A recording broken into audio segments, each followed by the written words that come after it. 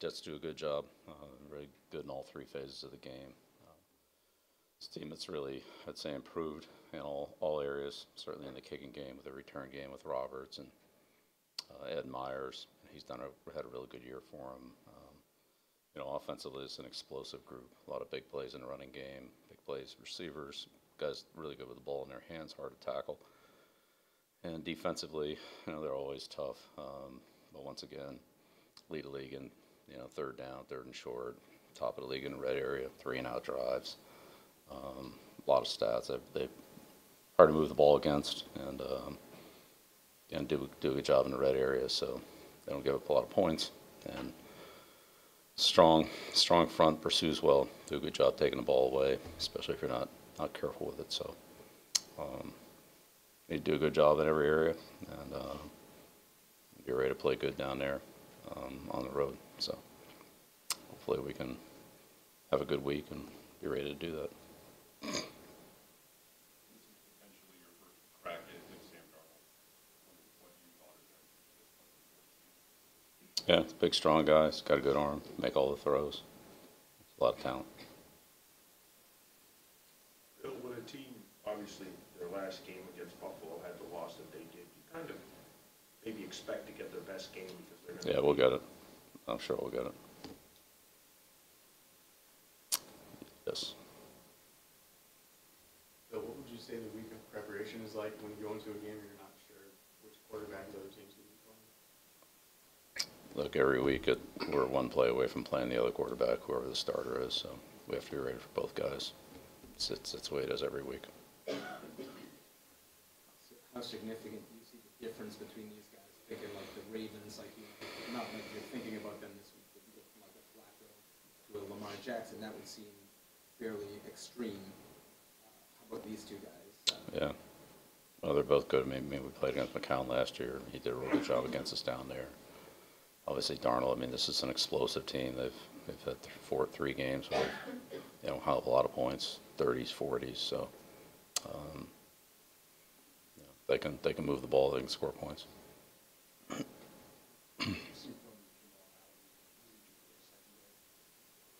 It's a real aggressive safety. They blitz him a lot. He's really active in the running game. Aggressive quarterback. Bill, do those two safeties, May and Adams, are they used interchangeably in some ways, or are they pretty No. distinct roles in that? Yeah, they're as different as you can get. Will they try to use those guys in terms of pressuring the quarterback? Even I know it looks like, according to some of the numbers, that maybe they're like Yeah, Adams is like a linebacker. He's around the line of scrimmage a lot. He blitzes, he runs through. He's aggressive. He's got tackles for losses, sacks, pressures. So he's down there around the line a lot, or sometimes he's kind of roaming free in the middle. But he's a contact player. He's aggressive. Because of his size, his speed, is a New England just a tough matchup wherever they put him on the field? Yeah, sure is. And he's really tough with the ball in his hands. He's a strong runner. Runs through a lot of tackles. Good balance. Hard guy to bring down. He's a hard guy to match up on. It's hard to find guys that are 225 pounds that are as fast and strong as he is. So yeah, he's tough. Good blocker. A physical player. He's more like a running back when he gets the ball in his hand. He can run with it. He's strong. He's fast. He's tough. He's got good balance. So he's a good runner. Call him whatever you want. It's hard to tackle. Back to Moon Humber, since you've had him before, do you have a better sense maybe of how you would use him than how that we haven't had him? Yeah, we'll see. See how it goes this week. See if he's active and what his role will be. I don't know. Some of the things that have allowed McCown to have such a long career. He's a good player. Smart. Really handles himself well. He's always had a lot of responsibility at the line of scrimmage, audible plays, change protections, things like that. I think he sees the defense well. Certainly knows what they're doing. He's got a good arm. He's got good size, athletic. Can avoid the rush. Can make plays out of the pocket. So he's just got a good skill set. He's smart. He works hard. always well prepared. He's a very professional guy, team-oriented guy. I think he fits in well with his teammates, coaching staff. Everybody that's been with him seems to have a lot of respect for the way he carries himself and the way he prepares and all that. I mean, I've never personally coached him, but that's all I've ever heard about him. Bill, how challenging does it make it to prepare when, for them defensively, it looks like they bring numbers after the quarterback at a relatively high rate, but it seems like teams, when they play you guys, tend not to do that as much. So do you have to expect for them to do something that's different from what they've done for the majority of the season in some ways?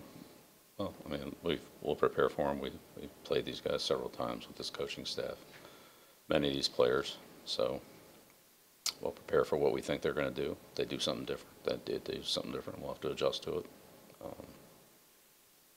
We do something different, they'll have to adjust to it. I mean, that's just the way it is. You know, we know them pretty well. They know us well. So it could be a game where there is something new in there. It could be not so much of that kind of game. I don't know. Bill, they always had a good, solid linebacker play. How good is this group? They're fast. Yeah. Williamson, Lee, fast. Pierre Lewis, they use in there a little bit too. He's fast. I mean, all those guys can run well. So they give him good range and pass coverage and perimeter plays, and then they get to a lot of plays outside. It's hard to outrun these guys. Their blitz packages, would you say it's more about disguising them, or do they just bring a lot of guys and make it difficult to block that? I mean, they blitz. Every play's not a blitz. So sometimes they bring them, sometimes they don't. Sometimes they disguise it, sometimes they don't. They do a good mix. Man zone, 5-man pressure, a little bit of 6-man pressure, some blitz zones, a blitz man. But that's what they've done. That's what Todd's done. When it was at Arizona, that's what he's done for the past few years. I mean, they don't blitz on every play. I mean, maybe they will this week. I don't know, but that's, they do a good job mixing it up. Split safety coverage, post safety coverage. Been using fewer defensive backs than they have in the past, but maybe that'll change. I don't know. Bill, is it beneficial, off of what Evan said, is it beneficial having had the Tennessee game? They showed a lot of blitz packages, so you could see how your team responds to those. Is that helpful going into the Jets game? We're playing the Jets here. We're not playing Tennessee, so we'll have to deal with what the Jets do, and what their keys are, and who their players are. Whatever else has happened this year has happened. We've corrected those, talked about those situations, corrected them, but we're focused on the Jets now. Gronk has admitted at times that physically, obviously he's missing games, but even when he was out there, that he was limited to a certain degree, or didn't feel like himself. When you watch the tape, is he still influencing defenses in the way that maybe he did prior to? Prior to what? Prior to not feeling good. I mean, I'm not really sure exactly what we're talking about here. I mean, there's plenty of games this year where he gets a lot of double coverage. I mean, they don't double him on every play. They don't double anybody on every play. Nobody gets doubled on every play that I've seen.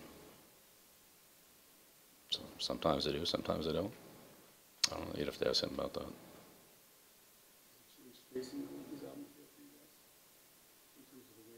I mean, he's a good player. It's obviously it helps to have him out on the field. He's just one of our best players.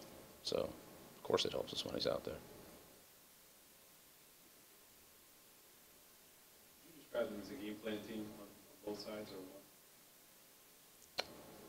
The Jets? Yes.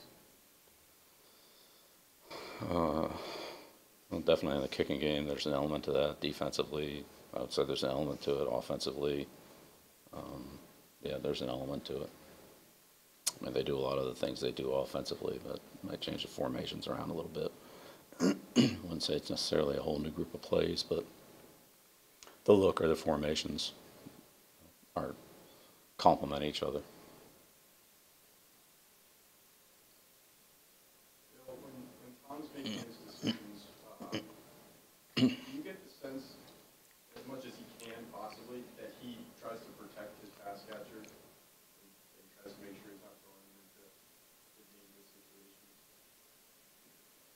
course, that's what every quarterback does. But maybe some quarterbacks are not as good as others. Well, if they do it, it's by mistake. They don't intentionally do it. Yeah, I mean, that's what defenses try to do, is to get offenses to throw to receivers that are going into free defenders, and offenses try to run patterns that avoid that and throw the ball so that doesn't happen. I mean, that's about as fundamental as it gets. Maybe I'm thinking, maybe we're saying the same thing, but I'm thinking maybe like physical danger, like a situation where. Yeah, we're saying the same thing.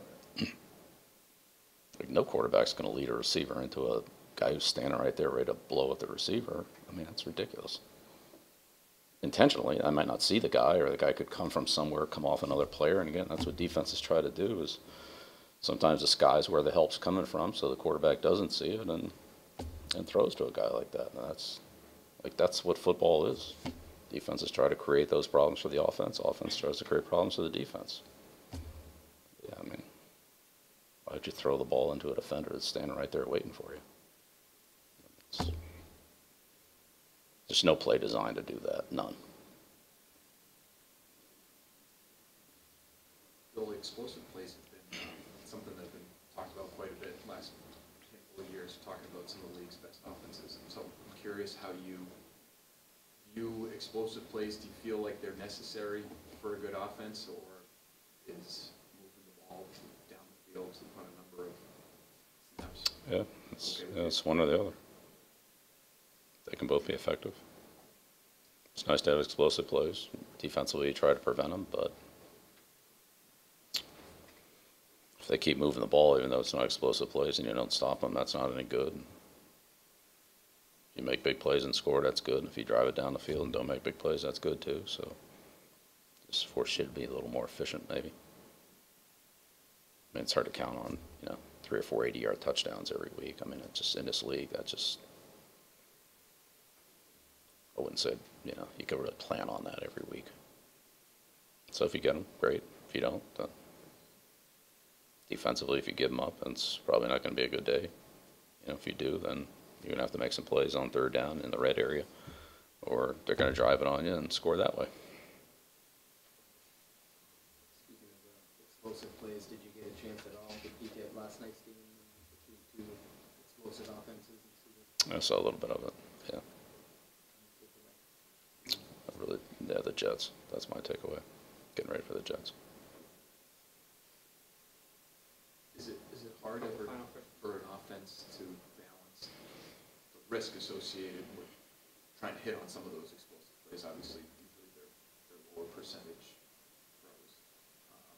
So is there a risk reward calculation that you have to make, or Josh has to make, in terms of trying to work those into a game for you guys? Yeah. I don't know. I mean, look, a lot of the big plays come off busted coverages, off broken tackles, off plays that you didn't even think were going to be big plays. I mean, if you call an off-tackle play and it goes for 50 yards, you don't think it's going to go for 50 yards. I think it might go for 6, maybe 8, if you block it well. Sometimes they miss a tackle, or your back makes a great run, or something happens and it turns into an explosive play.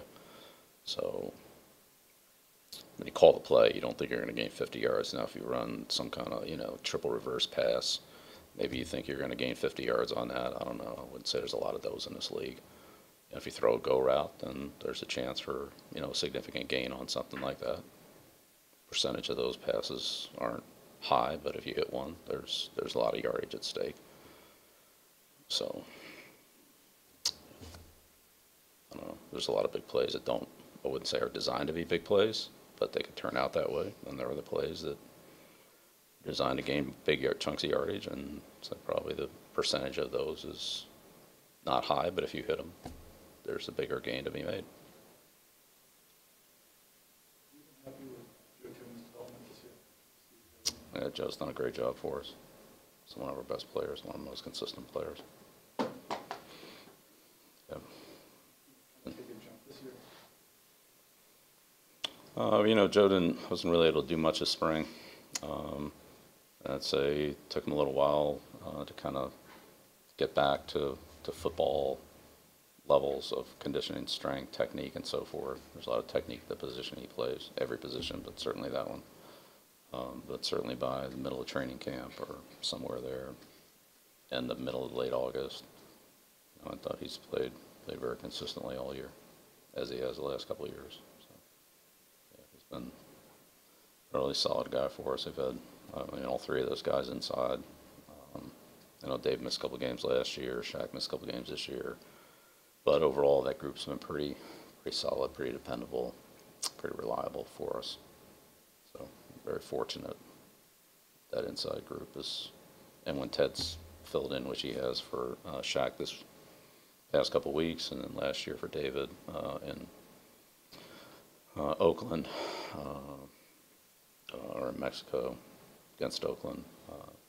He had a couple games in there where he filled in for David. He did a nice job too. So yeah, we've been pretty fortunate in that part of the offensive line.